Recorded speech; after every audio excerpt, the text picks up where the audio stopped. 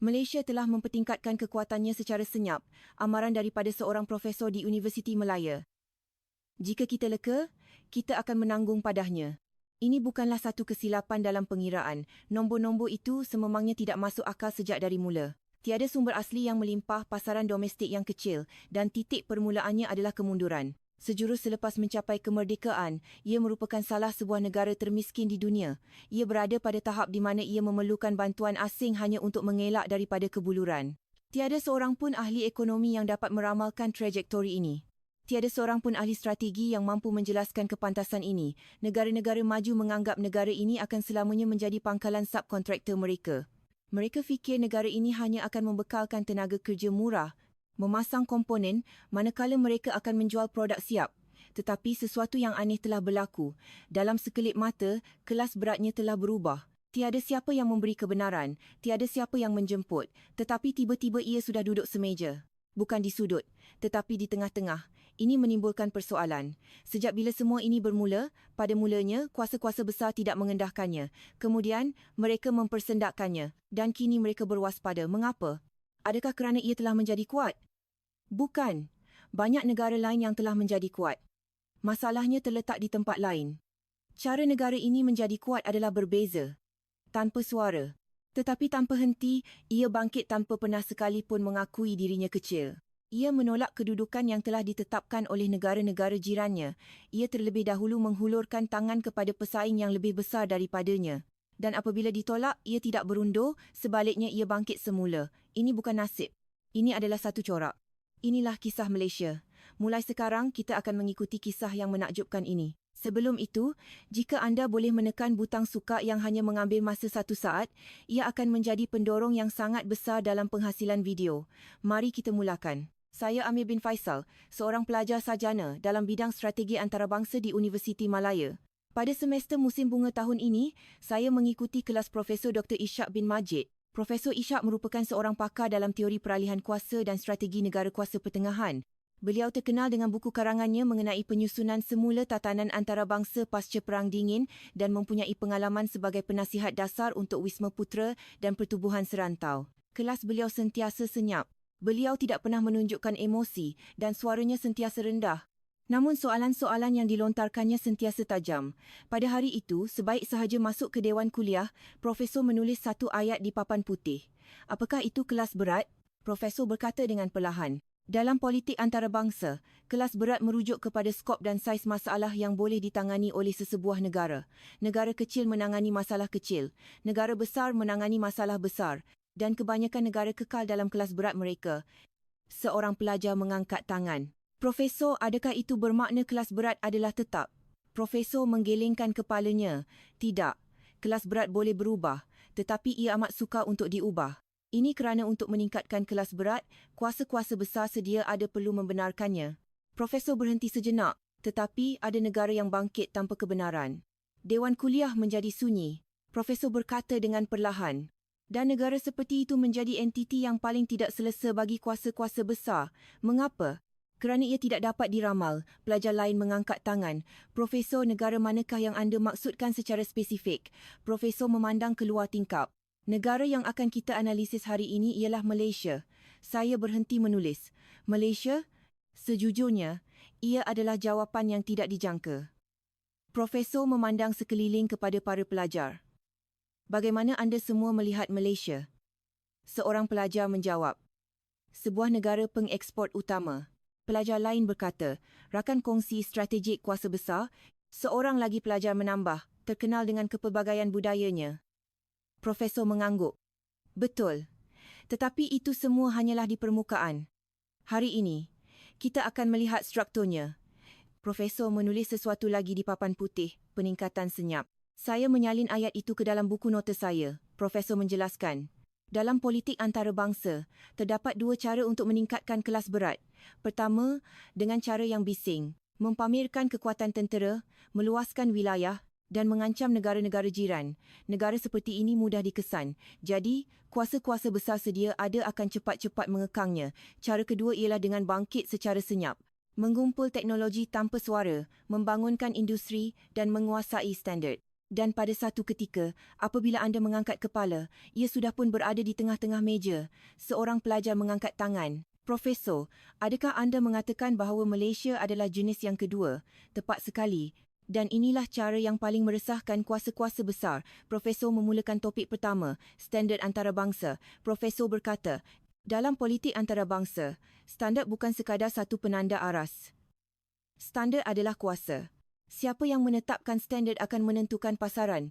Haluan teknologi akan ditentukan. Oleh itu, kuasa-kuasa besar akan berjuang mati-matian dalam persaingan standard. Secara tradisinya, standard antarabangsa telah diterajui oleh Amerika Syarikat, Eropah dan Jepun. Mereka mencipta peraturan dan negara-negara lain mengikutinya. Seorang pelajar mengangkat tangan. Profesor, bukankah itu bermakna pemain yang datang kemudian berada dalam keadaan yang tidak menguntungkan? Betul. Amat tidak menguntungkan. Jika anda masuk selepas standard ditetapkan, peraturan permainan sudah pun digubal untuk memihak kepada lawan anda. Profesor berhenti sejenak. Tetapi Malaysia membuat pilihan yang berbeza. Malaysia beralih daripada menjadi pengikut standard kepada pencipta standard. Saya terkejut. Adakah itu mungkin? Profesor mula memberikan contoh-contoh konkret. Pertama, industri halal. Malaysia adalah peneraju global yang tidak dapat dipertikaikan dalam pensijilan dan standard halal. Pada tahun 1990-an, industri halal global masih belum matang. Negara-negara Timur Tengah mempunyai tradisi, tetapi Malaysia yang mensistemkan dan menginstitusikannya. Pelajar lain mengangkat tangan. Profesor, bukankah itu pilihan yang berisiko? Ia mencipta satu bidang yang belum tentu akan diterima oleh semua orang. Ia adalah pilihan yang sangat berisiko. Jika gagal, ia boleh terpensil. Tetapi Malaysia menanggung risiko itu. Hasilnya, standard halal Malaysia, JAKIM, menjadi penanda aras global. Kini, negara-negara di seluruh dunia melihat kepada Malaysia untuk panduan halal. Pemain yang datang kemudian menjadi penetap standard. Korak ini berulang. Dalam kewangan Islam dan standard minyak sawit mampan, Malaysia memainkan peranan sebagai peneraju dalam menetapkan peraturan. Seorang pelajar bertanya, Profesor, adakah menjadi perintis sebegitu penting? Akhirnya, negara lain akan mengikut juga. Mereka akan ikut. Tetapi apabila mereka ikut, mereka sudah pun mengikut piawaian yang telah ditetapkan oleh Malaysia. Dalam kewangan Islam, struktur sukuk, bon Islam, yang dibangunkan di Malaysia, diguna pakai di seluruh dunia. Ini bermakna firma-firma kewangan lain yang ingin memasuki pasaran ini perlu membayar yuran kepakaran kepada institusi Malaysia. Pelajar lain mengangkat tangan. Profesor, jadi adakah Malaysia seolah-olah mengenakan cukai tol? Itu adalah ungkapan yang tepat, cukai tol. Dan hak untuk mengutip cukai tol ini diberikan kepada negara yang pertama menetapkan standard. Saya terkejut. Tidak sangka menetapkan standard adalah satu kuasa yang begitu hebat. Profesor beralih kepada contoh lain. Teknologi minyak sawit. Malaysia adalah pengeluar minyak sawit nombor 1 dunia. Tetapi apabila negara lain mula mengejar dengan pelaburan besar-besaran. Biasanya, dalam situasi begini, apa yang akan berlaku? Seorang pelajar menjawab, perang harga atau berkongsi pasaran. Profesor menggelengkan kepalanya. Malaysia membuat pilihan yang berbeza. Ia tidak hanya bersaing dalam minyak sawit mentah. Ia beralih secara besar-besaran kepada produk hiliran bernilai tinggi dan mampan. Seorang pelajar bertanya dengan terkejut. Ia melepaskan kedudukan sebagai pengeluar komoditi termurah? Betul.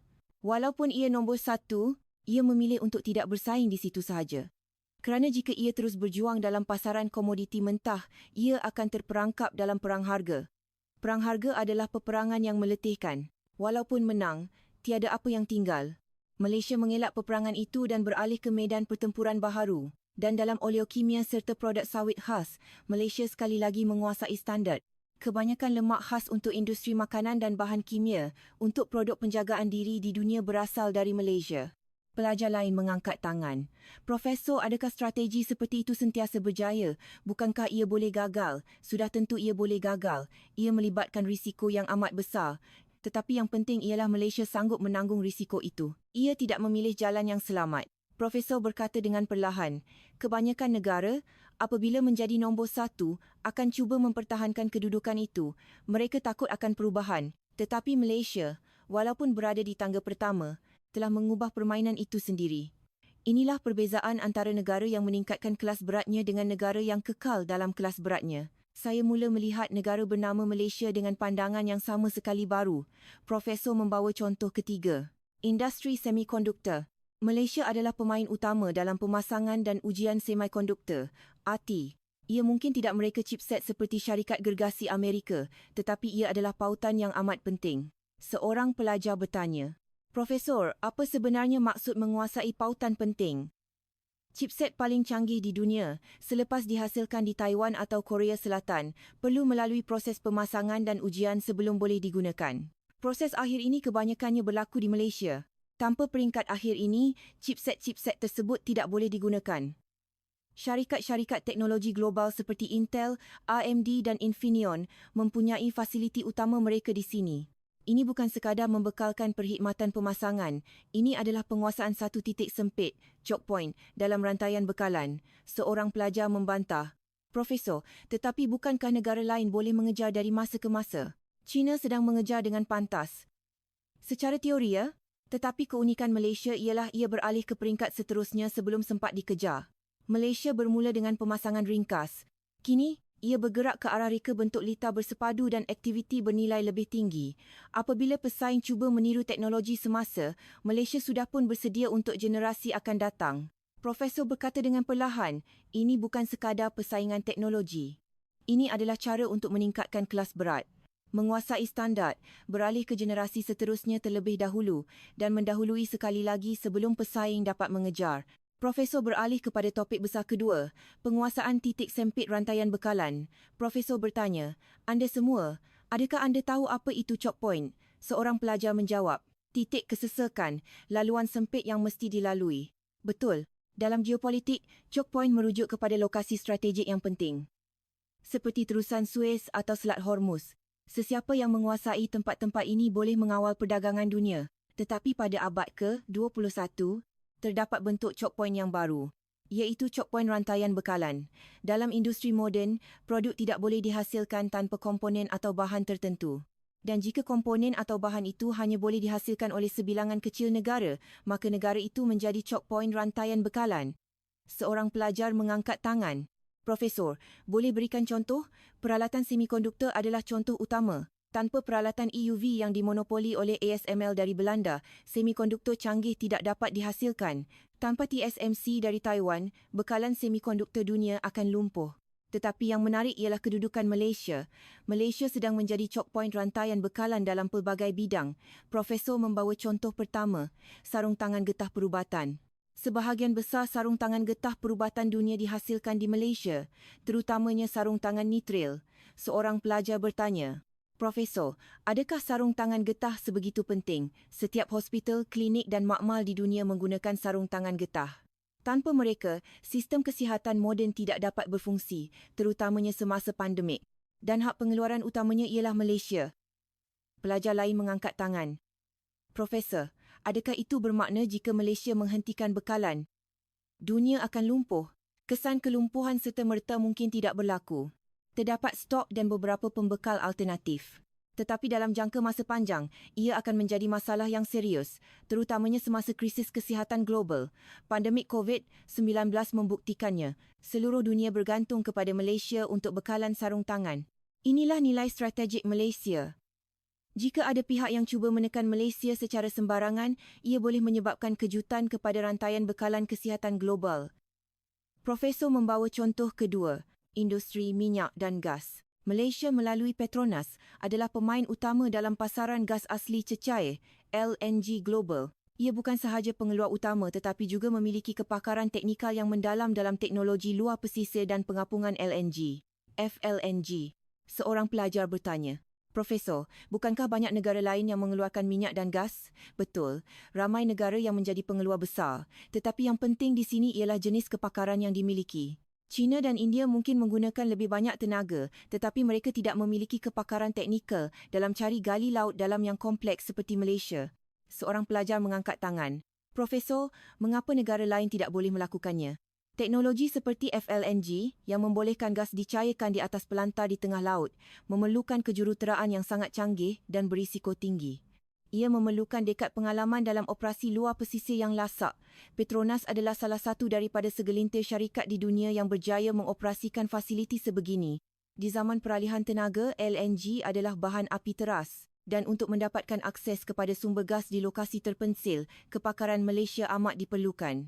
Pelajar lain mengangkat tangan. Profesor, jadi adakah itu bermakna negara seperti Jepun atau Korea Selatan untuk mendapatkan bekalan LNG bergantung pada teknologi Malaysia? Tepat sekali.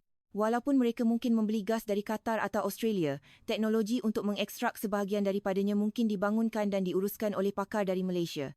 Inilah kekuatan choke point rantaian bekalan. Profesor membawa contoh ketiga, pembuatan kontrak farmasutikal. Dalam pasaran farmasutikal moden, pengeluaran produk biologi semakin penting. Malaysia sedang berkembang menjadi hub untuk pembuatan kontrak produk-produk ini, terutamanya vaksin dan biosimilar. Syarikat-syarikat farmasi global memilih Malaysia sebagai pangkalan pengeluaran mereka untuk rantau ini. Pfizer, Novartis, Roche, syarikat-syarikat farmasi terkemuka dunia ini bekerjasama dengan firma-firma di Malaysia. Seorang pelajar bertanya, Profesor, adakah itu bermakna tanpa Malaysia, pengeluaran ubat-ubatan baru akan menjadi sukar? Bukan sukar, tetapi lebih mahal dan memakan masa. Fasiliti di Malaysia menawarkan kecekapan dan kualiti pada tahap tertinggi dunia. Tidak banyak negara yang boleh menghasilkan pada skala besar, dengan kualiti tinggi dan dengan pantas. Saya terkejut. Tidak sangka Malaysia memegang kedudukan penting dalam bidang-bidang ini. Profesor membawa contoh keempat, bahan kimia khusus. Untuk menghasilkan semikonduktor dan panel paparan, pelbagai bahan kimia khusus diperlukan. Seorang pelajar bertanya, Profesor, bukankah Jepun kuat dalam bahan-bahan tersebut? Betul. Pada masa lalu, Jepun seolah-olah memonopolinya. Tetapi krisis rantaian bekalan global telah mengubah keadaan. Banyak negara termasuk Malaysia mula membangunkan keupayaan tempatan mereka. Malaysia dengan asas industri kimianya yang kukuh, terutamanya oleokimia berasaskan sawit, mula meneroka bidang ini. Ia adalah satu proses yang panjang, tetapi reaksi Malaysia menarik. Daripada hanya bergantung, ia mula berusaha untuk berdikari. Walaupun masih dalam proses, pergantungan kepada satu sumber sahaja telah berkurangan secara drastik. Seorang pelajar mengangkat tangan. Profesor, adakah itu mungkin? Begitu cepat? Secara umum, ia mustahil. Bahan kimia khusus memerlukan kepakaran berdekad-dekad. Tetapi Malaysia berjaya melakukannya dalam beberapa bidang. Mengapa ia mungkin? Kerana Malaysia sudah mempunyai asas teknologi yang relevan. Apa yang kurang hanyalah pelaburan dan fokus. Apabila krisis datang, sumber-sumber difokuskan. Profesor berkata dengan perlahan. Semikonduktor, sarung tangan getah, biofarmasutikal, bahan kimia khusus. Hanya dengan melihat bidang-bidang ini, kedudukan Malaysia sudah kelihatan. Malaysia bukan sekadar sebuah negara pembuatan. Ia sedang menjadi titik penting dalam rantaian bekalan global. Kuasa-kuasa besar kini sukar untuk memperlakukan Malaysia sewenang-wenangnya kerana jika mereka menekan Malaysia, rantaian bekalan mereka sendiri boleh terjejas. Inilah cara kedua untuk meningkatkan kelas berat. Menjadi entiti yang sangat diperlukan. Profesor beralih kepada topik besar ketiga, pembalikan teknologi. Profesor bertanya, anda semua, adakah anda tahu apa itu pemindahan teknologi? Seorang pelajar menjawab, negara maju memberikan teknologi kepada negara membangun. Betul. Secara tradisinya, teknologi mengalir dari negara maju ke negara membangun. Amerika Syarikat, Eropah dan Jepun membangunkan teknologi, manakala negara-negara lain membeli lesen atau belajar untuk menirunya. Inilah tatanan yang dikekalkan sepanjang abad ke-20. Seorang pelajar mengangkat tangan. Profesor, bukankah Malaysia juga melalui proses itu? Pada mulanya ia mengimport teknologi. Betul.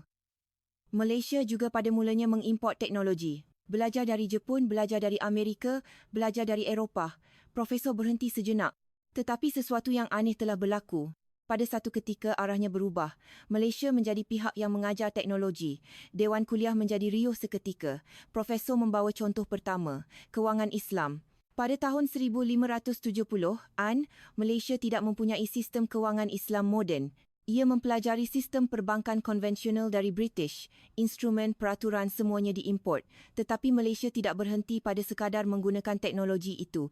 Ia membedah, menganalisis dan mengubah suai teknologi itu untuk disesuaikan dengan prinsip syariah. Ia berusaha untuk memahami mengapa ia berfungsi sedemikian. Dan akhirnya, ia membangunkan model kewangan Islamnya sendiri yang komprehensif. Pada tahun 2000-an, Malaysia mula mengeksport kepakaran ini ke seluruh dunia.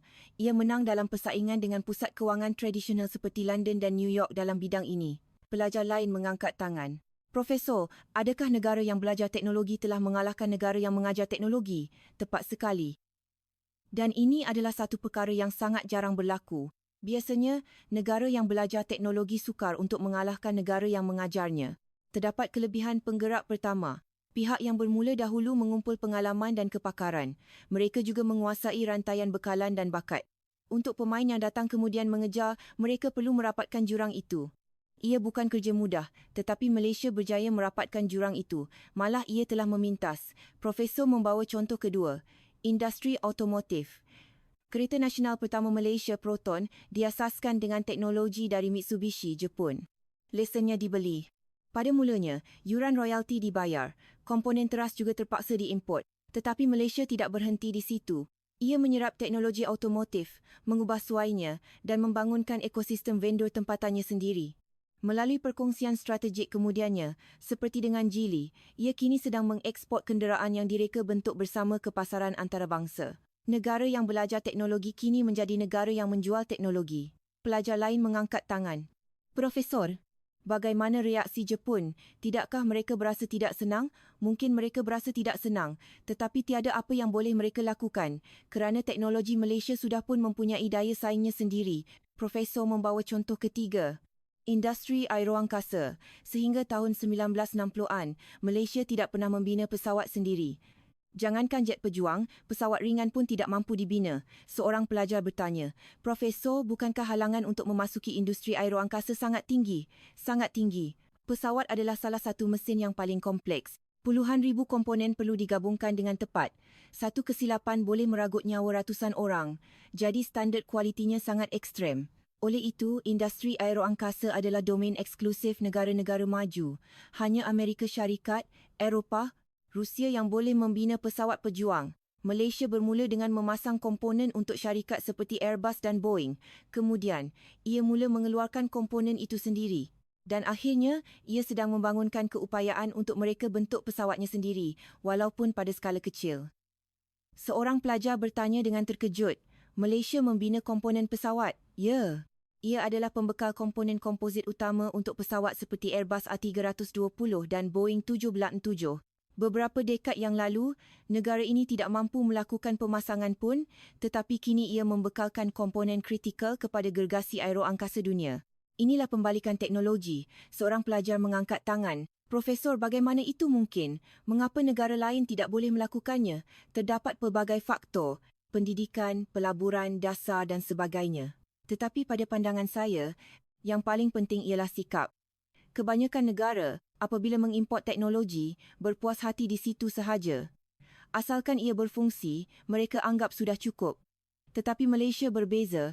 Apabila Malaysia mengimport teknologi, ia akan membedahnya.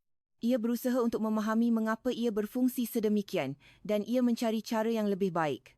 Ini bukan soal rasa ingin tahu, ia hampir seperti satu obsesi. Ia tidak tahan bergantung pada teknologi orang lain. Jadi Malaysia menolak pergantungan teknologi dan akhirnya ia mencapai kedaulatan teknologi. Profesor berehat sebentar dan membawa contoh negara lain. Untuk perbandingan, Profesor berkata, sekarang kita akan melihat kes-kes yang berbeza dengan Malaysia. Negara-negara yang gagal meningkatkan kelas beratnya atau terhenti di tengah jalan. Profesor membawa contoh pertama. Argentina. Argentina pada awal abad ke-20 adalah salah sebuah negara terkaya di dunia, setanding dengan Amerika Syarikat. Ia mempunyai sumber yang melimpah dan industri yang sedang berkembang, tetapi ia gagal. Seorang pelajar bertanya, Profesor, bukankah Argentina juga mempunyai industri yang berjaya? Dalam beberapa bidang, ya? Tetapi secara keseluruhan, Argentina terhenti di tengah jalan. Apabila krisis ekonomi melanda, ia berulang kali jatuh ke dalam perangkap populisme dan dasar yang tidak stabil. Ia mula bergantung pada ekspor komoditi dan pinjaman asing, manakala kemandirian teknologi dikesampingkan. Seorang pelajar mengangkat tangan. Profesor, bukankah Malaysia juga mengalami krisis kewangan Asia pada tahun 1997? Betul. Malaysia juga mengalami krisis yang teruk pada tahun 1997. Ia hampir muflis, tetapi reaksinya berbeza. Walaupun dalam keadaan krisis, Malaysia tidak meninggalkan industri terasnya. Penstrukturan semula dilakukan, tetapi industri strategik seperti elektronik, automotif dan minyak dan gas dipertahankan. Malah, ia menggunakan penstrukturan semula itu sebagai peluang untuk memodenkan industrinya. Argentina, selepas krisis, struktur industrinya menjadi lebih ringkas. Ia kembali menjadi negara pengeksport komoditi. Ia hidup dengan menjual kacang soya dan daging lembu. Tetapi Malaysia, selepas krisis, industrinya menjadi lebih maju. Ini soal pilihan. Apabila berhadapan dengan krisis, apa yang perlu dikorbankan dan apa yang perlu dipertahankan? Argentina memilih kestabilan jangka pendek. Malaysia memilih pertumbuhan jangka panjang. Profesor membawa contoh kedua, Mexico. Mexico, selepas menandatangani NAFTA, sektor pembuatannya berkembang pesat kerana ia mendapat akses ke pasaran AS. Seorang pelajar bertanya, "Profesor, bukankah Mexico juga berjaya? Sektor pembuatannya berkembang." Ia berkembang, tetapi jenis pertumbuhan itu yang penting. Mexico menjadi kilang pemasangan untuk syarikat-syarikat Amerika. Strukturnya ialah mengimport komponen, memasangnya dan mengeksport produk siap ke AS. Ini bukan pengumpulan teknologi. Ini adalah pemasangan ringkas. Sebahagian besar nilai tambah diambil oleh syarikat Amerika. Apa yang tinggal di Mexico hanyalah upah pemasangan. Malaysia membuat pilihan yang berbeza. Ia bermula dengan pemasangan tetapi tidak berhenti di situ. Ia melokalkan komponen, membangunkan teknologi dan akhirnya mencipta jenama dan kepakarannya sendiri. Mexico dan Malaysia memulakan perindustrian pada masa yang hampir sama. Pada tahun 1960-an, tetapi kedudukan mereka sekarang sama sekali berbeza. Kuncinya ialah keazaman untuk mencapai kedaulatan teknologi. Malaysia tidak tahan bergantung pada teknologi orang lain. Mexico menerimanya. Profesor membawa contoh ketiga. Negara lain di rantau ini untuk perbandingan. Filipina. Filipina pernah menjadi antara ekonomi paling maju di Asia Tenggara dengan tenaga kerja yang berpendidikan tinggi. Ia cuba membina industri strategiknya sendiri, tetapi ia terhenti. Kuncinya ialah kesinambungan. Filipina sering mengubah haluan dasarnya. Pelaburan dalam industri strategik tidak konsisten. Akhirnya, ia lebih fokus kepada ekspor tenaga kerja dan sektor perkhidmatan. Ia seolah-olah melepaskan impian untuk membangunkan jenama industrinya sendiri. Sebaliknya, Malaysia tidak pernah menghentikan pelaburan dalam koridor perindustriannya. Walaupun krisis datang, walaupun ada kegagalan, ia terus berusaha. Profesor berkata dengan perlahan, Argentina, Mexico, Filipina. Apakah persamaan negara-negara ini? Seorang pelajar menjawab. Berhenti di tengah jalan. Tepat sekali. Mereka berhenti di tengah jalan. Apabila krisis datang, atau tekanan tiba, atau jalan yang lebih mudah kelihatan, mereka mengubah haluan. Malaysia tidak berhenti. Walaupun krisis datang, walaupun tekanan tiba, walaupun jalan yang lebih mudah kelihatan, ia terus berjalan. Itulah sebabnya Malaysia meningkatkan kelas beratnya. Negara-negara lain kekal dalam kelas berat mereka. Profesor beralih kepada topik besar keempat, korak tindak balas krisis. Profesor berkata, sifat sebenar sesebuah negara tidak begitu ketara pada masa aman. Ia terselah apabila krisis melanda. Bagaimana ia bertindak balas apabila tekanan datang? Bagaimana ia bertindak balas apabila gagal? Inilah yang menentukan identiti sesebuah negara. Profesor membawa contoh pertama, krisis kewangan Asia 1997. Rizab pertukaran asing Malaysia habis. Ia diambang kemuflisan negara. Ia terpaksa meminta bantuan kewangan daripada IMF. Seorang pelajar bertanya, Profesor, bukankah itu situasi yang memalukan? Sangat memalukan. IMF menuntut penstrukturan semula. Penstrukturan semula korporat, reformasi kewangan, fleksibiliti pasaran buruh dan sebagainya. Kebanyakan negara dalam situasi ini memilih salah satu daripada dua pilihan, tunduk sepenuhnya atau menolak sepenuhnya. Malaysia membuat pilihan ketiga. Ia menolak syarat IMF dan melaksanakan caranya sendiri. IMF menuntut dasar penjimatan yang ketat. Malaysia menolaknya. Sebaliknya, ia melaksanakan kawalan modal dan merangsang ekonomi domestik. Siapa yang patut diselamatkan dan siapa yang patut dibiarkan jatuh, Malaysia yang menentukannya. Industri strategik seperti elektronik, automotif dan minyak dan gas dipertahankan dan ia menggunakan penstrukturan semula itu sebagai peluang untuk memodenkan industrinya. Dan Malaysia pulih daripada krisis lebih cepat daripada negara jiran yang mengikut preskripsi IMF. Pelajar lain bertanya dengan terkejut. Lebih cepat? Bagaimana mungkin? Dasar yang tidak konvensional itu berjaya menstabilkan ekonomi. Penstrukturan semula meningkatkan kecekapan dan kejatuhan nilai mata wang meningkatkan daya saing ekspor. Dan yang paling penting, rakyat bersatu padu. Semangat Malaysia boleh tersebar luas. Rakyat sanggup berkorban demi negara. Dari segi ekonomi, ia adalah tindakan yang luar biasa. Tetapi makna simboliknya sangat besar. Rakyat merasakan hutang negara sebagai hutang mereka sendiri. Inilah corak tindak balas krisis yang pertama. Tidak tunduk, tidak menolak tetapi menerobos dengan cara sendiri. Profesor membawa contoh kedua, krisis kewangan global 2008. Krisis kewangan yang berpunca dari AS melanda seluruh dunia. Malaysia juga terjejas. Nilai mata wang merosot dan pasaran saham jatuh. Seorang pelajar bertanya, Profesor, bagaimana Malaysia bertindak balas? Adakah ia pergi ke IMF lagi? Tidak. Kali ini ia tidak pergi ke IMF. Malaysia menguruskan krisis itu sendiri. Ia dengan pantas menurunkan kadar faedah, campur tangan dalam pasaran mata wang dan meningkatkan perbelanjaan fiskal. Dan ia menandatangani perjanjian pertukaran mata wang dengan China, Jepun dan Korea Selatan. Malaysia telah belajar dari pengalaman 1997. Ia telah mengumpul rizab pertukaran asing yang mencukupi dan menyediakan sistem tindak balas krisis. Jadi pada tahun 2008, ia berjaya mengharungi krisis tanpa bantuan IMF. Malah, ia pulih dengan cepat. Inilah corak kedua. Tidak mengulangi kesilapan yang sama, Profesor membawa contoh ketiga, krisis rantaian bekalan 2020. Pandemik global menyebabkan gangguan rantaian bekalan yang teruk. Negara-negara mula melaksanakan dasar perlindungan. Seorang pelajar bertanya, Profesor, itu pasti memberi kesan buruk kepada ekonomi Malaysia yang bergantung pada ekspor. Ia boleh menjadi malapetaka. Tanpa komponen dan pasaran, industri Malaysia boleh lumpuh dan Malaysia sangat bergantung pada perdagangan antarabangsa. Niat negara-negara lain jelas, melindungi industri mereka sendiri terlebih dahulu. Kebanyakan negara akan berbuat apa? Berunding atau mengalah. Rantaian bekalan yang terputus adalah sangat berbahaya. Tetapi Malaysia membuat pilihan yang berbeza. Daripada hanya menunggu, ia mempercepatkan usaha kepelbagaian dan pembangunan keupayaan tempatan. Ia mengukuhkan kedudukannya sebagai hub neutral dalam perang perdagangan AS-China. Seorang pelajar membantah, Profesor, adakah itu realistik, membina keupayaan baru dalam masa yang singkat? Saya juga berfikir begitu. Hampir mustahil. Tetapi Malaysia berjaya melakukannya. 3 tahun kemudian, Malaysia kini menjadi destinasi utama untuk pelaburan yang beralih dari China. Ketergantungannya pada satu pasaran telah berkurangan. Pelajar lain mengangkat tangan. Bagaimana ia mungkin? Krisis itu memfokuskan sumber.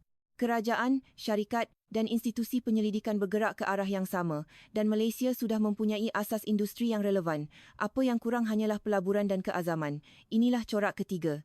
Apabila ditekan, ia menjadi lebih kuat. Profesor memandang para pelajar. Krisis kewangan 1997, krisis kewangan 2008, krisis rantaian bekalan 2020. Dalam ketiga-tiga krisis ini, Malaysia menunjukkan corak yang sama. Tidak tunduk, tidak lari, tetapi menghadapinya secara langsung. Dan ia mengubah krisis menjadi peluang. Inilah sebabnya kuasa-kuasa besar berasa tidak selesa dengan Malaysia. Kerana walaupun ditekan, ia tidak tunduk. Malah ia menjadi lebih kuat. Profesor beralih kepada topik besar kelima. Kehadiran di pentas antarabangsa. Profesor berkata, meningkatkan kelas berat bukan sekadar tentang pertumbuhan ekonomi. Ia adalah tentang peningkatan suara di pentas antarabangsa. Sehingga pertengahan abad ke-20, Malaysia hampir tidak mempunyai kehadiran di pentas antarabangsa. Ia berada dalam kedudukan untuk menerima keputusan kuasa-kuasa besar. Seorang pelajar mengangkat tangan. Profesor, adakah sekarang berbeza? Sangat berbeza. Malaysia adalah ahli G20 melalui jemputan dan merupakan suara penting dalam ASEAN dan OIC. Berapa banyak negara dari Asia Tenggara yang mempunyai pengaruh sebegini? Malaysia berada di antara mereka. Jumlah rakyat Malaysia yang memimpin organisasi antarabangsa juga semakin meningkat. Tan Sri Michelle Yeoh memenangi Oscar, simbol pencapaian budaya. Jawatan dalam organisasi antarabangsa bukan sekadar pencapaian peribadi. Ia mencerminkan kedudukan antarabangsa negara itu dan Malaysia telah beralih daripada negara penerima bantuan kepada negara pemberi bantuan. Ia adalah ahli jawatan kuasa bantuan pembangunan OECD sebagai rakan kongsi. Peralihan daripada negara penerima bantuan kepada negara pemberi bantuan adalah satu kes yang sangat jarang berlaku dalam sejarah. Malaysia adalah salah satu daripada kes yang jarang berlaku itu. Seorang pelajar bertanya, Profesor, adakah dengan memberi bantuan, kita boleh menulis peraturan? Bantuan adalah pengaruh. Menentukan negara mana yang akan diberi, dengan syarat apa dan berapa banyak adalah satu kuasa. Malaysia kini berada dalam kedudukan untuk mengambil bahagian dalam keputusan itu. Negara pemberi bantuan tergolong dalam pihak yang membina tatanan antarabangsa. Ia telah beralih daripada pihak yang mengikut peraturan kepada pihak yang menulis peraturan. Profesor juga menyentuh tentang pengaruh ketenteraan. Malaysia secara tradisinya adalah sebuah negara yang memberi tumpuan kepada pertahanan. Disebabkan ancaman serantau, ia terpaksa menumpukan sumber kepada pertahanan negara. Seorang pelajar bertanya, "Profesor, adakah sekarang berbeza? Malaysia kini telah menjadi negara pengeksport peralatan pertahanan walaupun pada skala sederhana." Industri perkapalan tempatannya membina kapal peronda yang dieksport ke negara-negara lain. Syarikat seperti DevTech dan Sapura menghasilkan kenderaan dan sistem pertahanan. Kereta perisai, kapal peronda dan sistem komunikasi buatan Malaysia kini dieksport. Malaysia telah menjadi salah sebuah negara pengeksport senjata yang sedang meningkat naik. Seorang pelajar mengangkat tangan. "Profesor, adakah ekspor senjata begitu penting?" Negara yang membeli senjata akan bergantung pada negara yang menjualnya untuk alat ganti, penyelenggaraan dan naik taraf. Apabila negara-negara Afrika atau Timur Tengah membeli peralatan dari Malaysia, ini bermakna keselamatan mereka kini terikat dengan Malaysia. Ini bukan sekadar urus niaga, ia adalah hubungan strategik. Malaysia bukan lagi sekadar negara yang bertahan, ia telah menjadi negara yang menyumbang kepada pertahanan negara lain. Inilah bukti bahawa kelas beratnya telah meningkat. Profesor beralih kepada topik besar ke-6. Industri angkasa lepas. Profesor berkata, angkasa lepas adalah medan pertempuran baru abad ke-21. Dari segi ketenteraan, ekonomi dan strategik, jurang antara negara yang mempunyai akses ke angkasa lepas dan yang tidak akan semakin besar. Komunikasi satelit, GPS, pemantauan cuaca, pengintipan ketenteraan, semuanya bergantung pada teknologi angkasa lepas. Bilangan negara yang boleh mengendalikan kenderaan pelancar angkasa lepas secara bebas boleh dikira dengan jari. Amerika Syarikat, Rusia, China, Kesatuan Eropah, Jepun, India, Israel. Dan baru-baru ini, Malaysia telah menunjukkan cita-citanya untuk menyertai kumpulan ini. Malaysia melancarkan angkasawan pertamanya pada tahun 2007. Ia mempunyai satelitnya sendiri, Siri Miasat, yang mengukuhkan kedaulatan digitalnya. Seorang pelajar bertanya, "Profesor, adakah itu begitu sukar? Kenderaan pelancar angkasa lepas adalah salah satu teknologi yang paling kompleks. Enjin roket, sistem bahan api, sistem kawalan, pengiraan orbit, semuanya mesti sempurna. Satu kesilapan kecil boleh menyebabkan letupan dan teknologi ini berkait rapat dengan teknologi peluru berpandu. Oleh itu, kuasa-kuasa besar tidak mudah memindahkan teknologi ini. Secara praktikalnya, anda perlu membangunkannya sendiri." Malaysia telah menghadapi cabaran dalam program angkasanya. Ia menerima kritikan antarabangsa, tetapi ia tidak berputus asa. Seorang pelajar mengangkat tangan. Mengapa tidak berputus asa? Boleh sahaja membeli perkhidmatan pelancaran dari negara asing. Boleh beli, tetapi dengan itu anda akan bergantung selama-lamanya. Malaysia menolak pergantungan. Ia menganalisis data kegagalan, memperbaiki teknologi dan mencuba lagi. Dan akhirnya, ia berjaya. Dengan kejayaan ini, Malaysia menyertai kelab angkasa lepas. Kini Malaysia boleh, jika mahu, melancarkan satelitnya sendiri pada bila-bila masa, tanpa bergantung pada negara lain. Pelajar lain bertanya, "Profesor, mengapa penting untuk melancarkan satelit sendiri?" Satelit adalah mata. Pengintipan ketenteraan, komunikasi, pemantauan cuaca, semuanya bergantung pada satelit. Jika anda mempunyai keupayaan pelancaran sendiri, anda boleh melancarkan mata anda pada bila-bila masa yang diperlukan. Malaysia juga mempunyai cita-cita untuk meneroka lebih jauh. Program seperti ini meletakkan Malaysia dalam kelab negara berteknologi tinggi. 50 tahun yang lalu, Malaysia hampir tiada teknologi roket. Kini ia adalah sebuah negara yang menghantar angkasawan dan mengendalikan satelitnya sendiri. Kepantasan ini tidak normal. Profesor beralih kepada topik besar ke-7, infrastruktur digital. Malaysia adalah antara peneraju dunia dalam bidang kerajaan digital. Dalam penilaian kerajaan PBB, ia sentiasa berada di kedudukan teratas. Di Malaysia, kebanyakan perkhidmatan kerajaan boleh diuruskan dari rumah menggunakan telefon pintar. Hampir tidak perlu pergi ke pejabat kerajaan secara fizikal. Seorang pelajar mengangkat tangan. "Profesor, adakah itu begitu hebat?" Dari segi teknikal, ia tidak sukar, tetapi pelaksanaannya sukar. Untuk membina kerajaan digital, data dari semua agensi kerajaan perlu disepadukan. Anda perlu memujuk setiap kementerian untuk berkongsi data mereka. Ini bukan masalah teknikal tetapi masalah organisasi. Di UK pun walaupun cuba melaksanakan kerajaan digital, kerjasama antara kementerian tidak berjalan lancar. Masing-masing mahu melindungi sistem mereka sendiri, tetapi Malaysia berjaya melakukannya pada akhir 19,000 tahun an. Malaysia menjadi salah sebuah negara dengan infrastruktur internet terpantas di dunia melalui koridor raya multimedia. Dan di atas infrastruktur ini, ia membina kerajaan digitalnya. Dan Malaysia mengeksport sistem kerajaan digital ini. Negara-negara membangun mengguna pakai sistem Malaysia. Banyak negara telah mengguna pakai sistem Malaysia. Ini bukan sekadar ekspor teknologi. Ini adalah ekspor cara pentadbiran kerajaan. Cara pentadbiran ala Malaysia sedang dipindahkan ke negara lain. Seorang pelajar bertanya, "Profesor, mengapa itu penting? Negara yang menyediakan sistem akan mempunyai pengaruh kerana negara lain akan bergantung pada sistem itu. Seperti mana AS menguasai sistem pembayaran dolar, seperti mana China cuba meluaskan pengaruhnya melalui infrastruktur 5G, Malaysia meluaskan pengaruhnya melalui sistem kerajaan digital." Profesor kini menuju ke kesimpulan. Profesor berkata, "Sehingga kini, kita telah melihat bagaimana Malaysia meningkatkan kelas beratnya. Penguasaan standard, penguasaan titik sempit rantaian bekalan, pembalikan teknologi, tindak balas krisis, kemunculan di pentas antarabangsa, industri angkasa lepas, infrastruktur digital. Dalam semua bidang ini Malaysia telah meningkat." Seorang pelajar mengangkat tangan.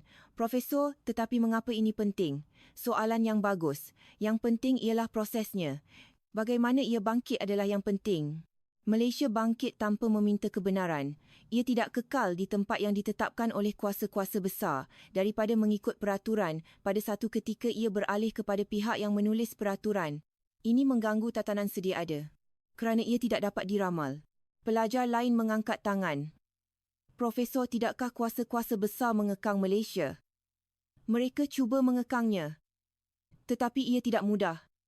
Kerana Malaysia adalah teras rantaian bekalan. Jika anda menekan Malaysia, bekalan semikonduktor akan terjejas. Bekalan sarung tangan getah akan terjejas. Pengeluaran biofarmaseutikal akan tergendala. Malaysia sudah terlalu jauh di dalam. Inilah kekuatan negara yang telah meningkatkan kelas beratnya. Apabila anda menjadi entiti yang sangat diperlukan, anda tidak boleh disentuh sewenang-wenangnya." Seorang pelajar bertanya, "Profesor, jadi adakah Malaysia selamat?" Tidak boleh dikatakan selamat. Dalam politik antarabangsa, tiada keselamatan yang kekal. Tetapi Malaysia berada dalam kedudukan yang jauh lebih kuat berbanding dahulu. Ia telah menjadi negara yang tidak boleh diperlakukan sewenang-wenangnya. Profesor memulakan kata-kata terakhirnya. Profesor memandang keluar tingkap. "Saya telah mengkaji strategi antarabangsa selama 30 tahun. Saya telah melihat jatuh bangunnya banyak negara. Kebanyakan negara kekal dalam kelas berat mereka. Mereka tunduk kepada tekanan kuasa besar, atau berundur apabila berhadapan dengan krisis, atau memilih jalan yang selamat. Tetapi Malaysia berbeza. Ia tidak tunduk, tidak berundur dan tidak memilih jalan yang selamat. Pada tahun 1550-an, Malaysia adalah salah sebuah negara termiskin di dunia. Ia baru merdeka. Tiada siapa yang menjangkakan negara ini akan berada pada kedudukannya sekarang 70 tahun kemudian." Seorang pelajar mengangkat tangan. "Profesor, pada pandangan anda, bagaimana ia mungkin?" "Terdapat pelbagai faktor. Pendidikan, pelaburan, dasar, budaya dan sebagainya. Tetapi pada pandangan saya, yang paling penting ialah sikap.